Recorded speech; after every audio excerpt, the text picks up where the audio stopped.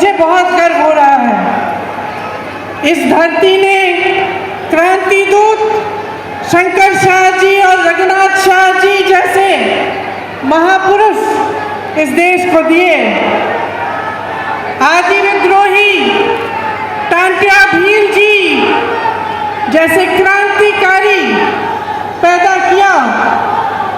इस धरती ने पंडित द्वारका प्रसाद मिश्र जी, सेठ गोविंद दास जी जैसे महापुरुष हमें दिए।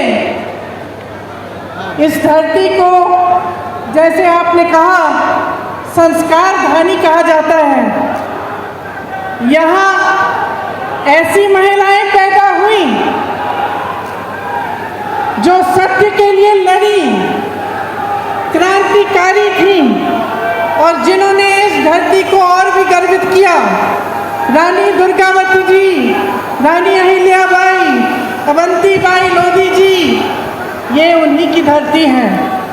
आज मेरी बहनें इतनी बड़ी तादाद में यहाँ आई हैं, तो हम सब उनका आशीर्वाद मांगते हैं। और इस धरती ने देश भर में आदिवासी संस्कृति का झंडा बुलंद किया। इसलिए आज यहाँ खड़े होकर हम आराध्य बड़ादेव जी को प्रणाम करते हैं और उनका भी आशीर्वाद मांगते हैं। देखिए, मध्य प्रदेश सिर्फ भारत का केंद्र नहीं है, भारत का दिल है, भारत की जान है। ये जो संस्कार धानी धरती है आपकी कहलाती जाती है। इसने साहित्य, संस्कृति और हमारी सभ्यता, हमारे संस्कार इसने हमारे देश को दिए हैं। इन्हीं संस्कारों के आधार पर हमारा संविधान बना और ये जो आधुनिक भारत है इन्हीं संस्कारों के आधार पर आगे बढ़ा। ये सरकार चली है तो घोटालों के लिए चली है, भ्रष्टाचार करने के लिए चली है। और जैसे हमने भाजपा के नेताओं को पूरे देश भर में देखा है, सत्ता के लिए कुछ भी करना है। मुझे अफसोस है कि मध्य प्रदेश के हमारे भी कुछ ऐसे नेता थे जो सत्ता की वजह से छोड़ के चले गए, अपनी विचारधारा भूल गए। तो अब देखिए, आपके प्रदेश के मुख्यमंत्री घोषणावीर जी हैं। 18 सालों में इन्होंने 22,000 घोषणाएं की। अगर 22,000 नौकरियां ही दिलवा देते तो कुछ फायदा होता है इनका, लेकिन इन्होंने कुछ नहीं किया। जितनी घोषणाएं की उनमें से 1% शायद पूरी होंगी। तो सच्चाई आपके सामने है। ये जबलपुर शहर है, आप सब जानते हैं। देश प्रदेश चलाने के लिए देखिए, एक विजन चाहिए होता है, एक नजरिया होना चाहिए, एक इच्छा होनी चाहिए निर्माण करवाने की। इस शहर में जितने काम कराए गए थे, जो कांग्रेस की सरकारों ने कराए, वो एक नजरिए के साथ कराए आपके विकास को लाने के लिए। जवाहरलाल नेहरू जी, उन्होंने देश में IIT जैसे बड़े संस्थान बनाए। इंदिरा जी ने हरित क्रांति कराई। राजीव जी ने आधुनिक भारत के लिए काम किया। मनमोहन सिंह जी ने बहुत काम किया भारत को आगे बढ़ाने के लिए। एक नजरिया था उनके दिल में, उनके मन में एक नजरिया था कि देश को कैसे आगे बढ़ाना है। आज जो हम काम कर रहे हैं उसका 15-20 सालों में, 25 सालों में क्या असर पड़ेगा। तो जबलपुर एक ऐसी शहर है जो उस नजरिए को लेकर उसका निर्माण हुआ। यहाँ पर ऑर्डिनेंस फैक्ट्रीज होती थी, आज बंद होने के कगार पे हैं। सरकारी कर्मचारियों का ये यहाँ पे बहुत सारे सरकारी कर्मचारी हैं, आर्मी के लोग हैं, रेलवे में काम करने वाले लोग हैं, प्रबुद्ध जीव हैं बहुत सारे जबलपुर में। और आज देखिए कि आपके जबलपुर का क्या हाल है। किसानों को देखिए, पेट्रोल डीजल के दाम इतने बढ़ गए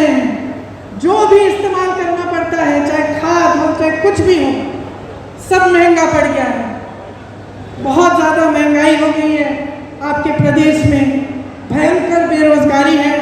जैसे मैंने कहा, शर्म की बात है कि एक सरकार 3 सालों में मात्र 21 सरकारी नौकरी दे रही है, तमाम पद खाली पड़े हुए हैं। हमारे नौजवान भाई बहन मेहनत करते हैं, पढ़ाई करते हैं भर्ती के इम्तिहानों के लिए, कुछ ना कुछ हो जाता है, घोटाला हो जाता है, कुछ ना कुछ लीक हो जाता है पेपर, कोई गड़बड़ हो जाती है, जितने पैसे उनके माँ बाप ने खर्चे उनके फीस पे सब बर्बाद हो जाते हैं, जितने महीने उन्होंने पढ़ाई की वो सब बर्बाद हो जाते हैं। पेपर देते हैं, पेपर का कोई नतीजा नहीं निकलता, कोई नौकरी नहीं मिलती, पद खाली पड़े हैं, नौजवान खाली पड़े हैं, लेकिन सरकार कुछ कर नहीं रही है। आदिवासियों की दुर्दशा हो गई है आपके प्रदेश में। आपको याद होगा कि इंदिरा जी कितना काम करती थी आदिवासियों के लिए, पिछड़े वर्गों के लिए, और आज आपकी दुर्दशा है। अत्याचार बढ़ रहे हैं, चाहे बुजुर्गों पे, चाहे बच्चों पे, चाहे आदिवासियों पे, चाहे दलितों पे। तो तमाम जो जितने भी आंकड़े हैं, जो सब कुछ दिखा रहा है आपको, जो आप अपने अनुभव से आप देख रहे हैं अपने जीवन में, वो कुछ कह रहा है। और मीडिया, इश्तिहार, बड़े बड़े पोस्टर, बड़ी बड़ी होर्डिंग कुछ और कह रहे हैं। मुझे एक कहानी याद आई। एक किसान था, बहुत मेहनत करता था बेचारा, कड़ी धूप में जाकर खेती करता था, लेकिन उसकी एक आदत थी, सुबह निकलने से पहले छोटा सा पुराना टीवी था उसका, टीवी में वो खबर देख लेता था। तो एक दिन बड़ी धूप थी, खबर में आया कि बारिश आने वाली है, तो उसने कहा चलो आज सिंचाई नहीं करेंगे, आज तो खूब बारिश आएगी। निकला काम के लिए, पूरे दिन धूप रही, बारिश नहीं आई। उसने सोचा चलो खबर गलत होगी, कल सिंचाई कर लेंगे।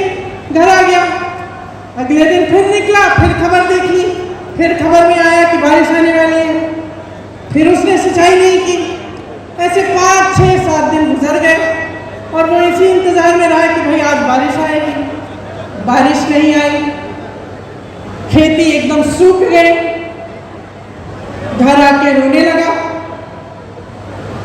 लगा, अपने गुरुजी के पास गया कि भाई मैं तो इंतजार कर रहा था, मेरा सारा खेत सूख गया, मैं क्या करूं।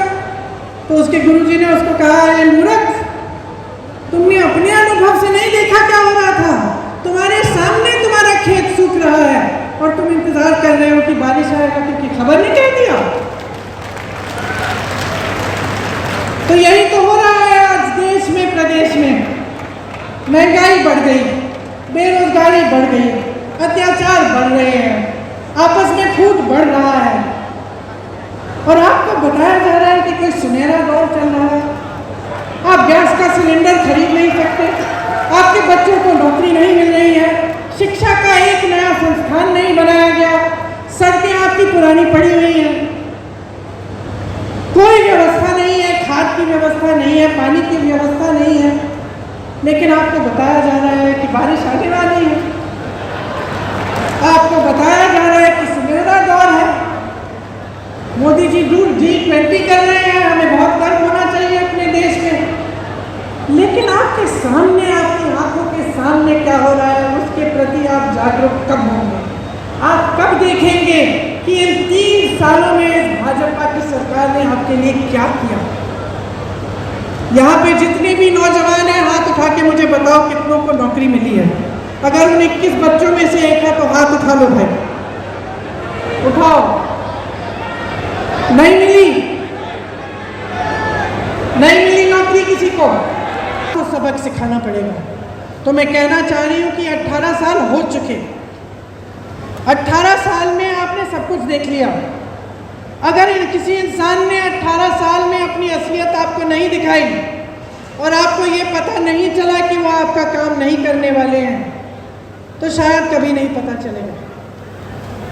अब 18 सालों में आपने सब कुछ देख लिया, घोषणाएं देख ली, असलियत देख लिया, टीवी में विज्ञापन देख लिए, असलियत देख लिया, बड़ी बड़ी होर्डिंग देख लिए, बड़े बड़े इवेंट देख लिए और सच्चाई देख ली। तो अब आप तय करिए, बच्चों के भविष्य का निर्माण करना है कि नहीं? करना है कि नहीं? करना है। अपने देश प्रदेश को विकसित बनाना है कि नहीं? अपने नेताओं को जवाबदेह बनाना है कि नहीं? बनाना है ना? तो मन बना लीजिए, मन बना लीजिए। 6 महीनों में चुनाव है, 6 महीने हैं सोचने के लिए, समझने के लिए, और जो आपने 18 सालों में देखा है उसका आकलन करने के लिए 6 महीने हैं ये समझने के लिए, देखने के लिए कि कांग्रेस की सरकारें क्या कर रही हैं अपने प्रदेशों में। जागरूक बनकर देखिए, समझिए, सुनिए और अपना वोट अपने पक्ष में डालिए। एक ऐसी राजनीति को बनाइए अपने देश में, अपने प्रदेश में, जो आपके प्रति जवाबदेह बने। किसान के लिए सरकार ने कुछ नहीं किया, फसल का दाम नहीं मिलता, गेहूं, धान, सोयाबीन, सब्जियों का दाम नहीं मिलता। 4000 करोड़ का घोटाला तो इन्होंने अपनी ओलावृष्टि के फसलों में, जब फसल बर्बाद हुई थी तो जो आपको मुआवजा मिलना था उसमें इन्होंने 4000 करोड़ का घोटाला कर दिया। किसान को मुआवजा नहीं मिला, इन्होंने फर्जी मुआवजे बांट दिए।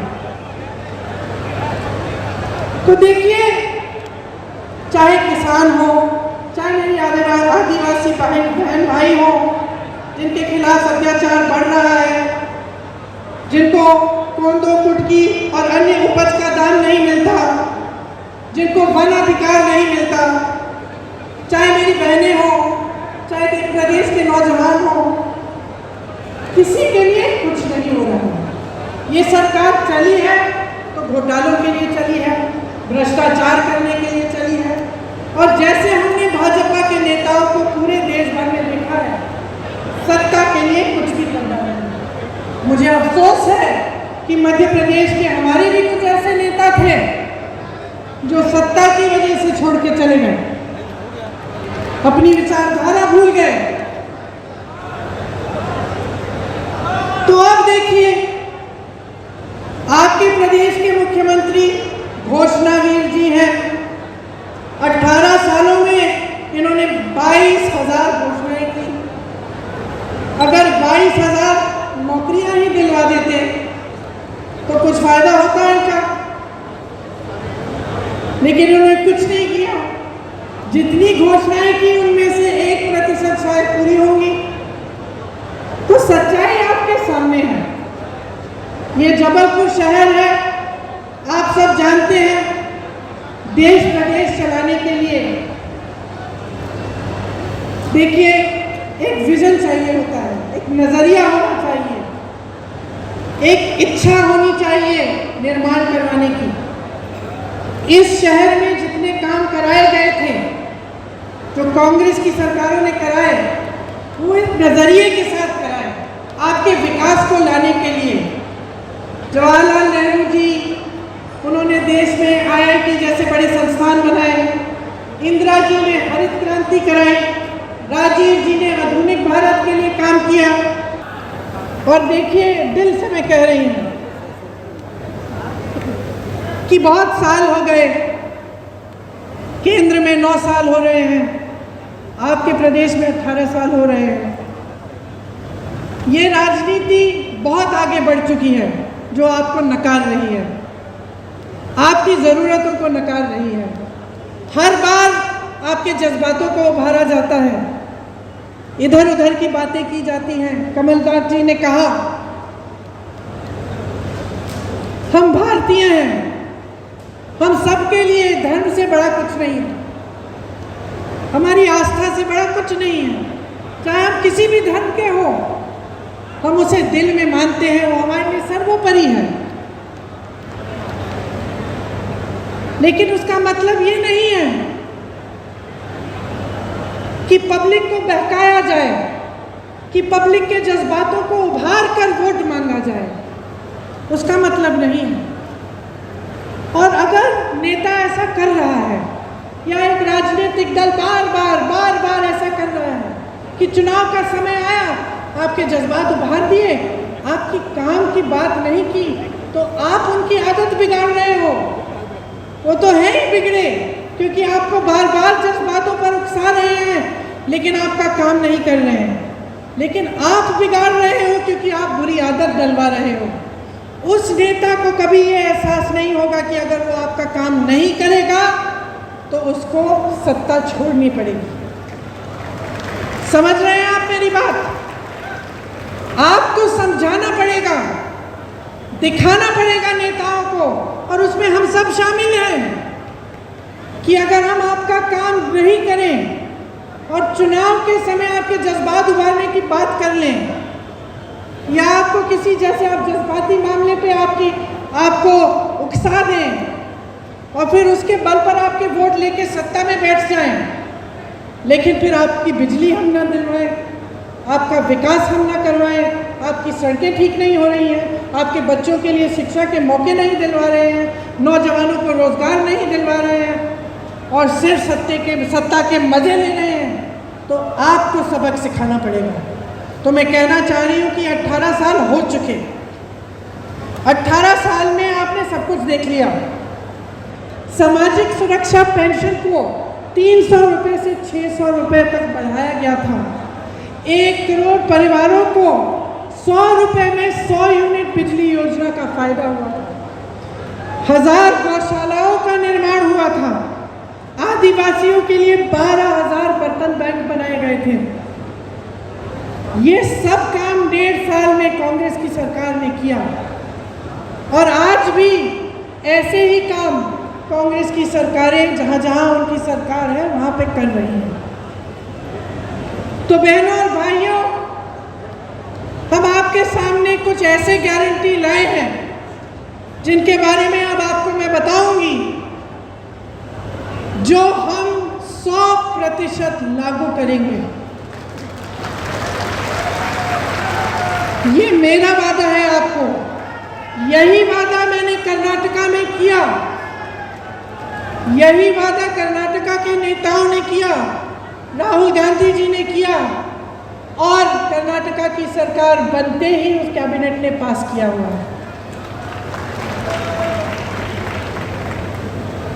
हर महीने महिलाओं को 1500 रुपये प्रति माह दिलवाया जाएगा।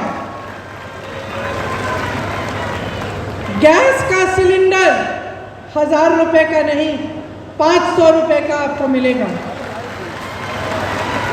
आपके लिए 100 यूनिट बिजली माफ होंगे, सबके लिए। 200 यूनिट बिजली बिल की हाफ होगी, मतलब आधी। हम मध्य प्रदेश में भी पुराना पेंशन लागू करेंगे। आपका दर्द हम समझते हैं, कर्मचारियों का दर्द हम समझते हैं। आप देखिए इन्होंने क्या नहीं किया। आर्मी में भी इन्होंने 4 साल का वो कर दिया है, कर्मचारियों का पेंशन कटवा दिया है। तो हम कह रहे हैं कि सरकारी कर्मचारी सारे सुन ले, पुरानी पेंशन लागू होगी। जो किसान कर्ज माफ करने का काम हमने शुरू किया था उसको पूरा करेंगे, और जो बचे हुए किसान हैं उनका ऋण माफ किया जाएगा। ये हमारी गारंटी है।